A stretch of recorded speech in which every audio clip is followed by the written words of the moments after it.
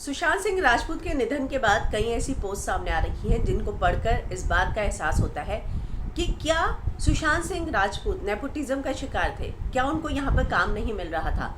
ये सारी चर्चाएं शुरू हुई कल सपना भवनानी, जो कि हेयर स्टाइलिस्ट हैं बहुत बड़ी, धोनी की भी हेयर स्टाइलिस्ट है, और महेंद्र सिंह धोनी जो फिल्म आई थी उस पर भी उन्होंने काम किया था सुशांत के साथ। उन्होंने इस तस्वीर को कल शेयर किया।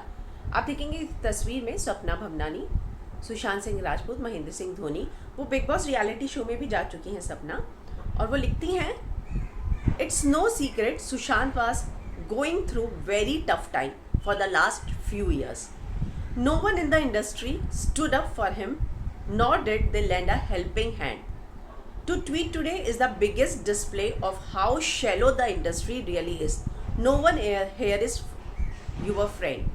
तो वो कह रही हैं कि इंडस्ट्री में बहुत सारे लोगों को पता था कि वो अकेले हैं, उनको मदद की ज़रूरत है, लेकिन कोई उनके लिए खड़ा नहीं हुआ। और आज जब वो नहीं रहे हमारे बीच में, तो ये सभी जो हैं उस पर दुख जता रहे हैं, निधन पर दुख जता रहे हैं, और ये बात साबित करता है कि ये सब कितने शैलो हैं।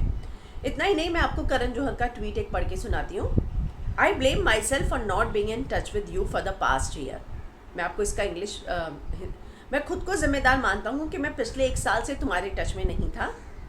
तुमने कई बार लगा कि तुम्हें भी किसी की ज़रूरत है, मुझे कई बार लगा कि तुम्हें भी किसी की ज़रूरत है जिसके साथ तुम अपना दर्द शेयर कर सको, लेकिन शायद मैंने कभी उस तरफ नहीं सोचा. हम रहते शोर के बीच हैं और इस चकाचौंध की ज़िंदगी में हम अकेले हो जाते हैं. कई लोग ऐसे होते हैं जो इस अकेलेपन को नहीं झेल पाते. हमें सिर्फ रिश्ते नहीं निभाने चाहिए, उन्हें रिश्ते नहीं बनाने चाहिए, उन्हें निभाना भी चाहिए.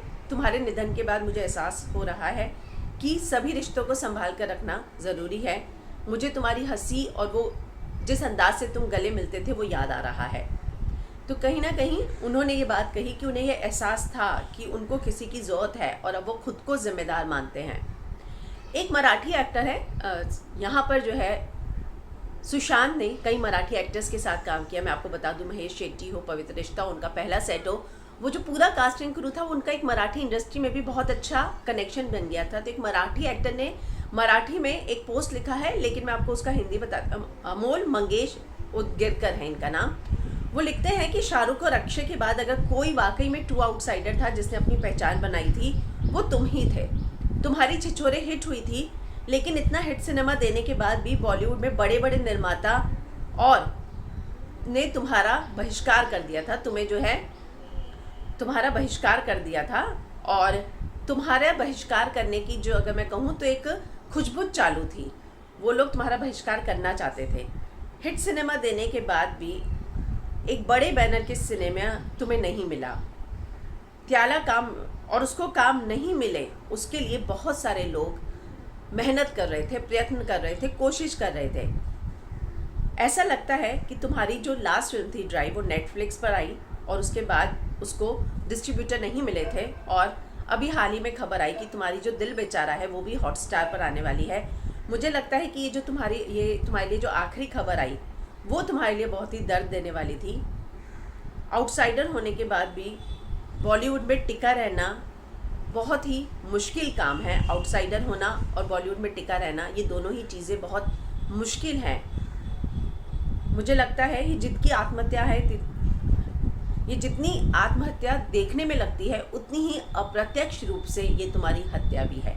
यानी कि उनका ये कहना है कि इतना हिट सिनेमा देने के बाद भी तुम्हें कोई बड़ा बैनर जो है लेने को तैयार नहीं था.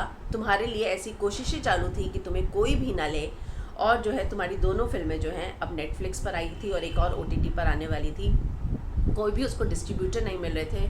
उनको लगता है कि ये जो खबरें आई थी वो वाकई में उसे दर्द देने वाली थी, और आउटसाइडर होके बने रहना बॉलीवुड में ये बहुत ही मुश्किल काम होता है.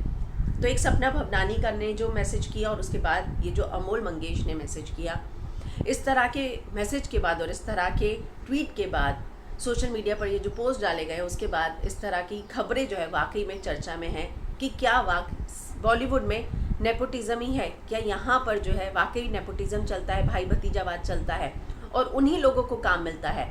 और ये जो है इस समय ट्विटर पर ट्रेंड भी हो रहा है. तो आपको क्या लगता है, कमेंट कीजिएगा, लेकिन उससे पहले चैनल को सब्सक्राइब करना मत भूलिएगा.